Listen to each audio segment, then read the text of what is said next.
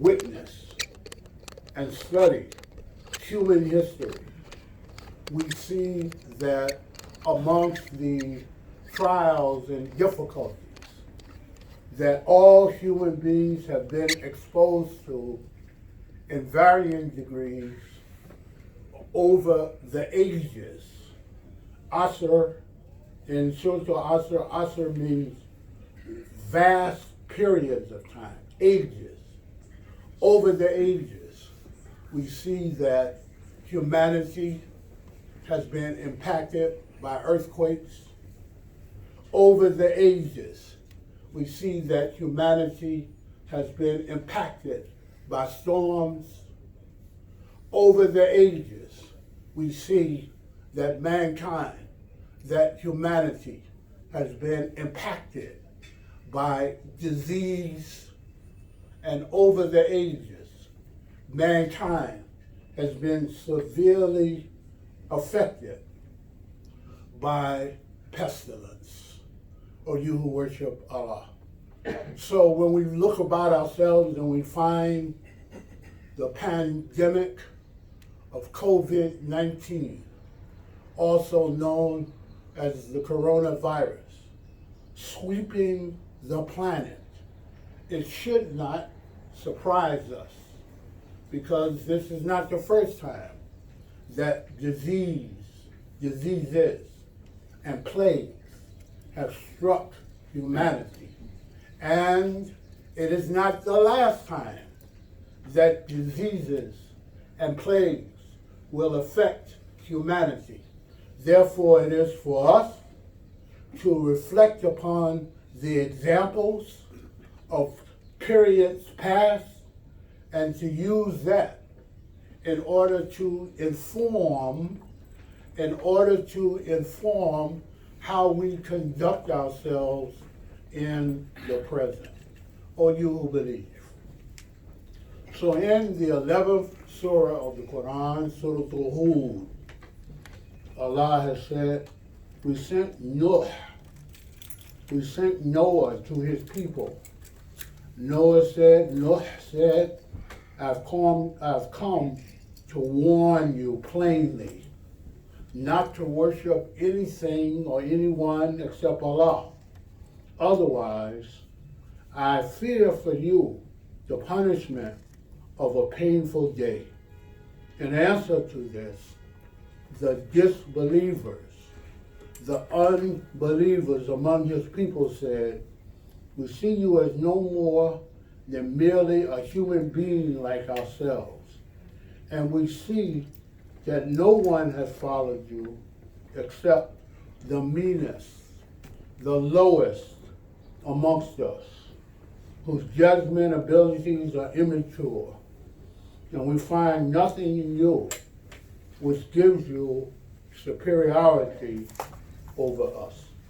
In fact, we think that you are liars.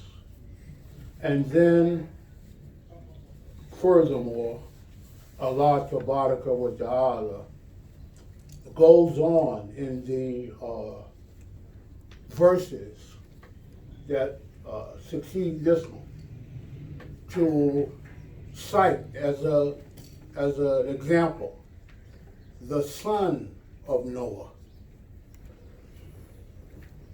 Commonly, when people think of the sons of Noah, they think of the three common ones who are named in Scripture, Ham, Sam, Yafith.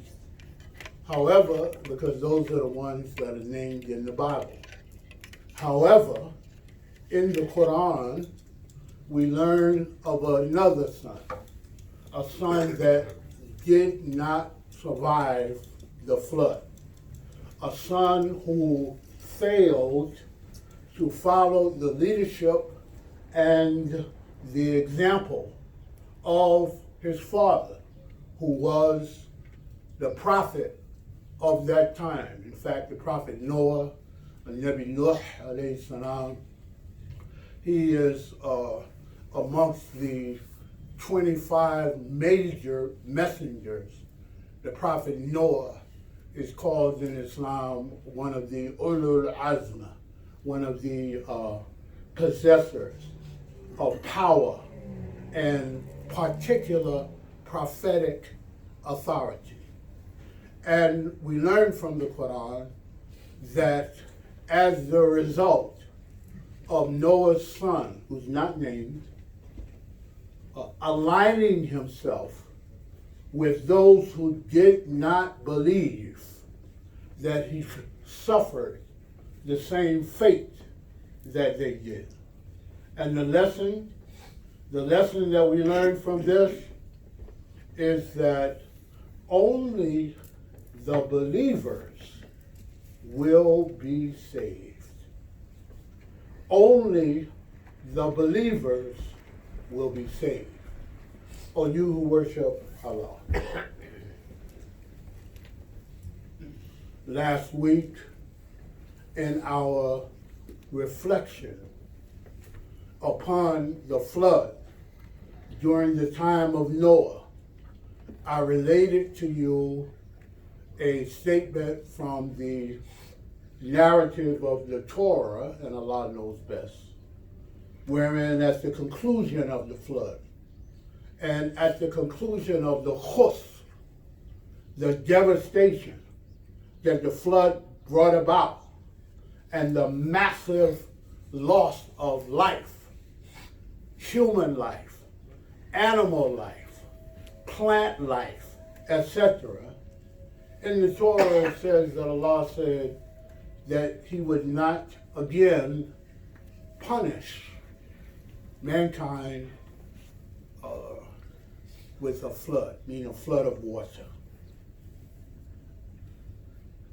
When we look about ourselves here and now, and we see the effects of this latest plague. I was telling somebody the other day, if you notice, the word pandemic is being used to describe the coronavirus. There's a difference between a pandemic and an epidemic.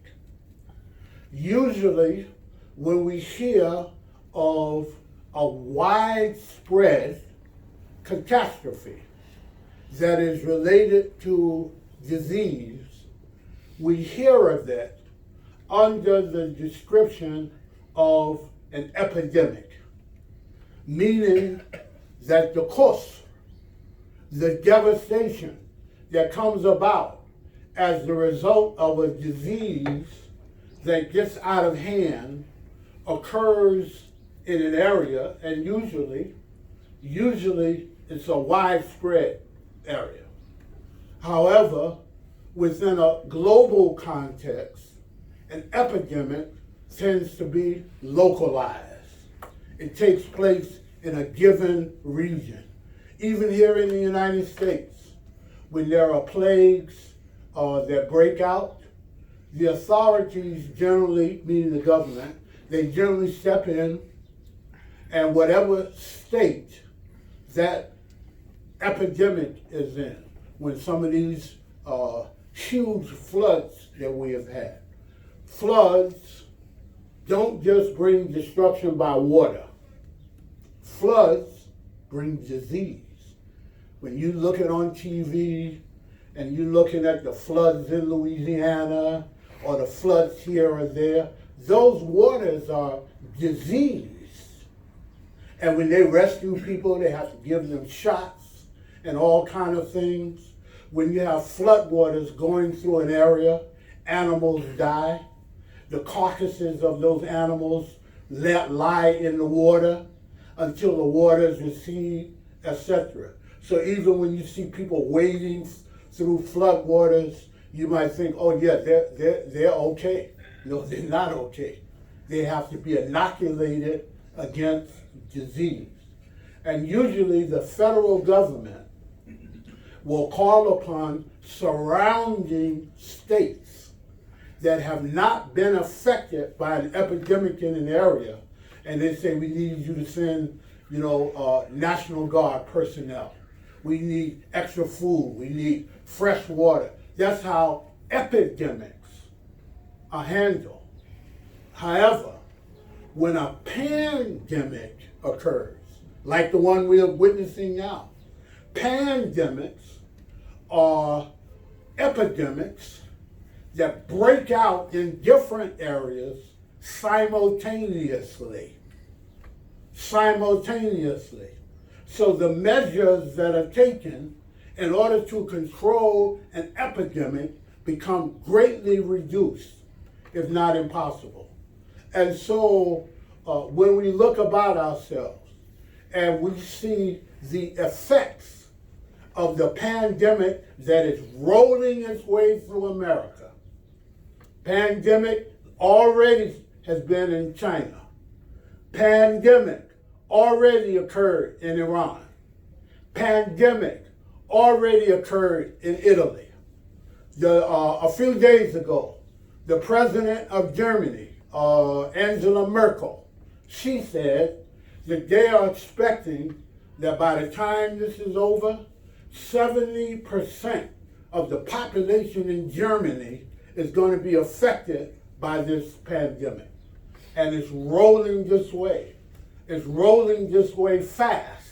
When I say this way, I mean here to America. So when you look around and you see, things that occur so frequently that people are used to it, being canceled, basketball games, canceled, subways, empty, Times Square, empty, TV talk show hosts occurring with the talk show host sitting behind a desk and there's no audience. These are indicative of the pandemic, and it should teach us, it should teach you and I that not that we are in a time of a flood of water, but rather that we are in a time of a flood of disease. And just as the prophet Noah, alayhi salam, engaged in the building of an ark. Yeah, have you ever read the measurements of the ark? Have you ever seen any of the documentaries that have made about the Ark of Noah? There has never been a more scientifically designed and crafted ship than the Ark of Noah. They have documentaries about it. They're amazed by it, because they think with a secular mind, where did he come up with this? Where did he come up with the design for a ship that could not be sunk? The Ark of Noah was designed so that even if great waters lifted the ship up out of the water and flipped it over, that by the time it came back down, it would right itself and fall flat on the water. And people are amazed by this. Scientists of the modern age, they are amazed by this, but they don't understand the ways in which Allah works. They don't understand that the revelation of Allah takes place in different ways. It was Allah who inspired Nabi Adam, alayhi salam, with the design for the Kaaba. That's why the Kaaba has an unusual design. And it's unlike the buildings that human beings make. So it was with the Ark of Noah. So last week we talked about Al-Islam and the fact that the revelation of Allah not only manifests itself in the affairs of men in terms of faith and in terms of belief, but the revelation of Allah manifests itself in ways that are understood by human beings to be scientific in nature. Human beings don't create anything. Human beings study everything. And the things that we study in the universe are those things which have been created by Allah, or you who worship Allah. So these are very serious times that we're in. These are times of potential, widespread devastation. And so we must ask ourselves, what are the dimensions and the scientific design and the scientific procedures that we must follow in order that we might survive the flood of disease whose waters are rising all around us, or you who believe. So as I was thinking about this khutbah, I thought to myself, and I started looking, trying to understand how disease affects human beings, not just now with the coronavirus, because I remember Ebola, I remember SARS, what they call the SARS virus, and so I started looking up some facts and figures, and I was particularly concerned, and am particularly concerned because right now, right this moment, there are 35 million people in America, not in the world, 35 million people in America who have no access to health care. Did you know that? There are 35 million people who don't have Medicare, don't have Medicaid, don't have health insurance on the job. 35 million people in America without access to health care. That might be a description that applies to some of you. So if you have these millions of people in a society in which we live who don't have access to health care, then that means that the warnings, just as during Noah's time, he warned them. He said, a flood is coming. Noah, you're out of your mind. Noah, why are you building a funny looking boat in the middle of the Iraqi desert with no water around anywhere? They, as Allah says, the unbelievers amongst them, they say, oh man, he's crazy. He doesn't know what he's doing. And the only people following him are crazy people. Only people packing their stuff. Only people storing food. Only people storing water are people who have low intelligence. That was the attitude that the Prophet Noah, peace be upon him, encountered. And it's the attitude that's being encountered right now by some people who are warning there's a flood coming. But the flood that they are warning about is a flood of disease. And so we need an ark. If you don't have health care, you better figure out where is the ark and go on it. If you're a minimum wage worker, minimum wage workers, they don't get paid sick leave. They don't get paid sick leave at McDonald's. They don't get paid sick leave, working on some of these jobs. So we better figure out where the ark is, because the flood waters are starting to rise. As is, in the year 2017, 1.1 million people globally died of AIDS. In 2018, 9.6 million people died from cancer. This is globally. 9.6 million people died from cancer 2 years ago.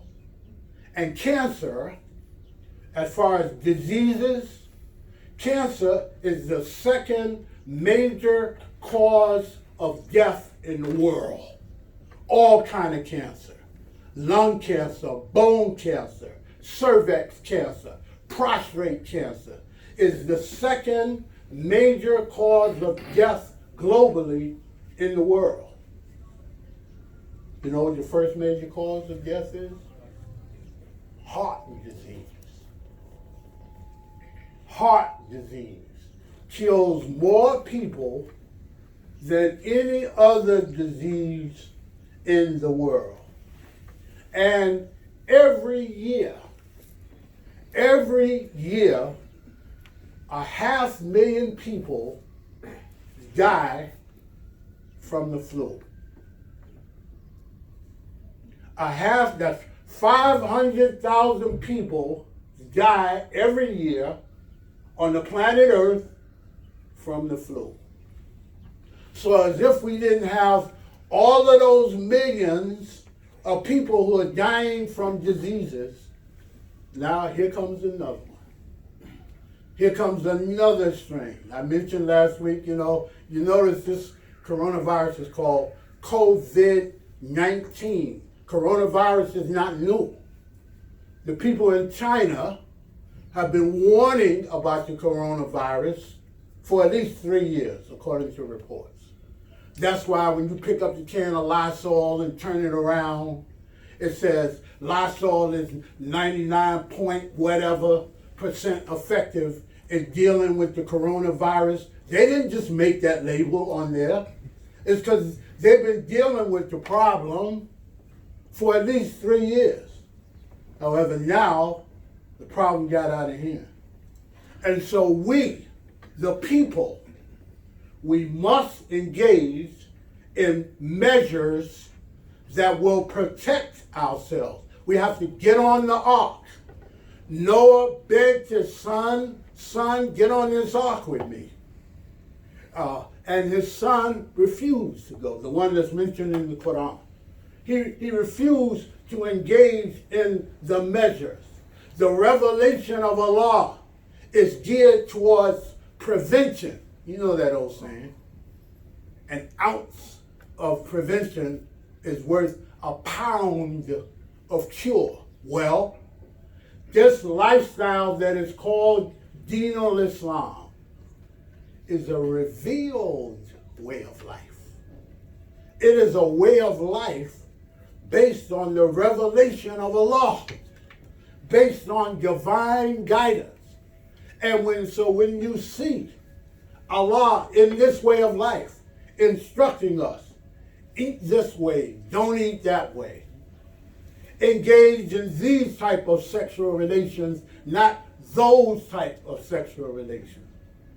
When you pray, cleanse yourself in this way and not that way, etc., etc., etc. These are preventive measures. These are the ounces of prevention that are designed to be better than a pound of cure.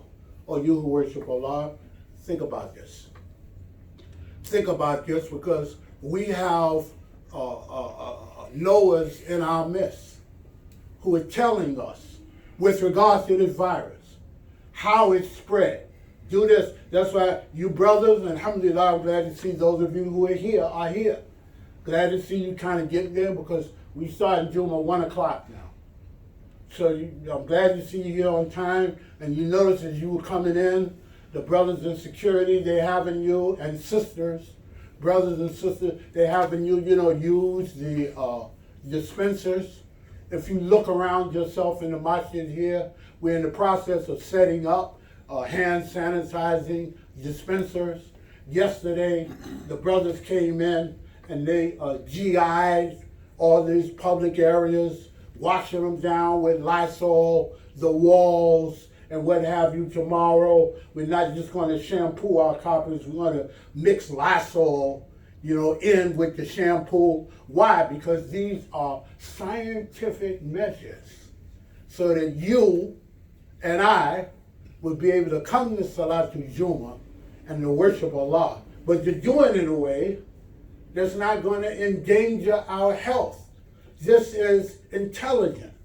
This is scientific. And this is according to that which Allah has revealed, as we see from the Khalifa Umar, radiallahu anhu, who once said, when told of a plague, he's getting ready to come in to an area, one of the Sahaba stopped him and said, Ya Umar, there's a plague here. And Umar ibn al-Khattab, radiallahu anhu, he looked at him, he said, plague? He said, yeah. He said, we out of here. Turned around, he started going back. And he was questioned, commander of the believers, are you fleeing from the qadar of Allah? Are you fleeing from the destiny of Allah? He was asked. And Umar said, I'm fleeing from the destiny of Allah to the destiny of Allah. So it is part of the decree of Allah. Allah has decreed disease. Allah has created cure. Allah has created what they call natural disasters. Allah has created the mind of man and given man the capacity to deal with natural disasters. All of this is from the decree of Allah. So when we find ourselves facing what we're facing now, and you hear the warners in our midst saying, we should do this, we should do that, we should engage in this precaution and that precaution. Don't be like the people during the time of Noah. Don't be a disbeliever. Man, this is, you know, as I saw on Facebook, somebody said, man, this is all fake news. This person said, as people are dying, you know, Muslims declaring themselves to be dedicated to Quran and Sunnah. And they're saying, man, this is fake news. And it reminded me of that basketball player a few days ago who at the press conference was making fun of the reports. He's, you know, touching all the microphones, and he was an unbeliever. Then it turns out he turned out to be the first person in the NBA to be struck with COVID-19. He's not laughing now. He was transformed from an unbeliever to a believer. Oh, you who worship Allah, let us all strive to be believers, for it is the believers who will be saved. Subhanaka Allahumma wa bihamdik. Ashhadu an la ilaha illallah. Astaghfiruka.